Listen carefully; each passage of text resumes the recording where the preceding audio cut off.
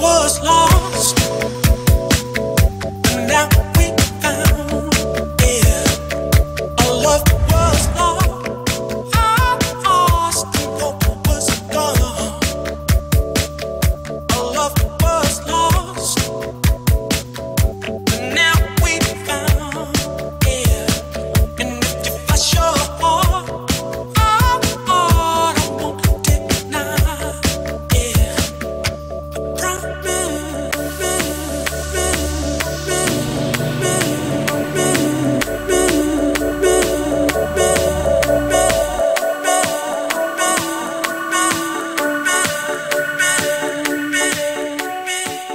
Mon état d'esprit, je suis un peu stressée à vous dire pour essayer le flyboard, mais je pense que ça va être c'est un concept assez sympa et assez fun qui pourrait être accessible à plusieurs personnes telles que des filles. Donc on va essayer et je vous dirai mes impressions après.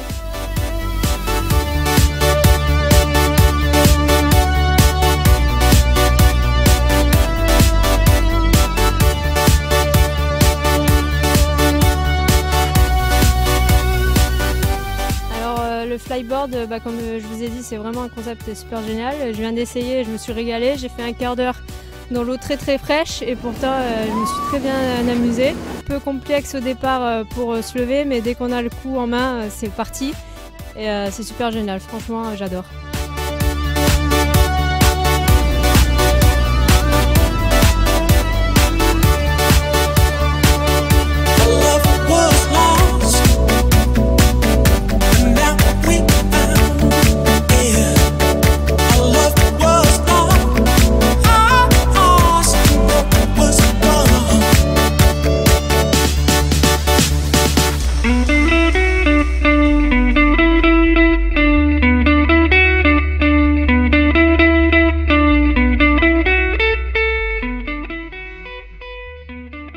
Alors le fonctionnement est très simple en fait, c'est un tuyau qui vient se connecter à n'importe quelle turbine d'un jet ski ou d'un engin comme vous avez vu sur la première vidéo. Ça peut s'adapter sur n'importe quel jet, il suffit d'une puissance de à peu près 100 chevaux pour déjà décoller à 2 mètres de haut quoi, en fait. Après il est recommandé d'avoir à peu près 150 chevaux.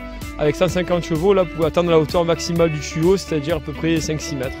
Le principe est simple, c'est un tuyau donc on connecte, il y a un système de rotation qui permet en fait de maintenir le tuyau en pendulaire. Il y a un système de rotation ici au niveau du tuyau qui permet que le tuyau ne s'en mêle pas et aussi de pouvoir faire des virages assez facilement. Ensuite vous avez donc là vous pouvez voir les buses principales qui permettent de donner la poussée pour décoller. Et ici vous avez les buses en fait de stabilisation qui viennent se fixer aux mains. Alors en fait, on a 3 versions au niveau du flyboard.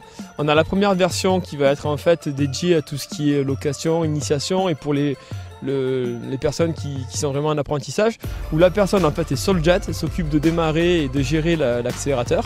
Donc ça c'est vraiment la version la plus simple pour apprendre. Au moins l'utilisateur de la flyboard n'a pas besoin de gérer la puissance délivrée, il ne gère uniquement la hauteur qu'avec l'inclinaison des pieds. Ensuite on a la deuxième version de la flyboard qui là permet en fait de démarrer, d'avoir un coupe-circuit, d'arrêter le jet depuis la flyboard, mais aussi d'accélérer grâce à en fait un potentiomètre qui passe le long du tuyau. Donc en fait l'utilisateur de la flyboard peut être seul et sans personne sur le jet en fait. Il y en a la troisième version qui sera commercialisée que dans 1 an ou 2, où là carrément on a construit en fait un engin qui est ni plus ni moins équipé d'un moteur marin comme un jet et d'une turbine, mais monté directement à l'envers pour pouvoir propulser l'eau directement dans le tuyau vers l'avant, qui n'est pas conçu pour prendre des vagues comme un jet, donc beaucoup plus léger, beaucoup plus petit, et du coup on arrive à des performances et des vitesses de vol beaucoup plus importantes. Avec un jet en 250 chevaux, vous allez atteindre à peu près 25 km/h, là on arrive avec l'autre engin à atteindre à peu près 40 km/h.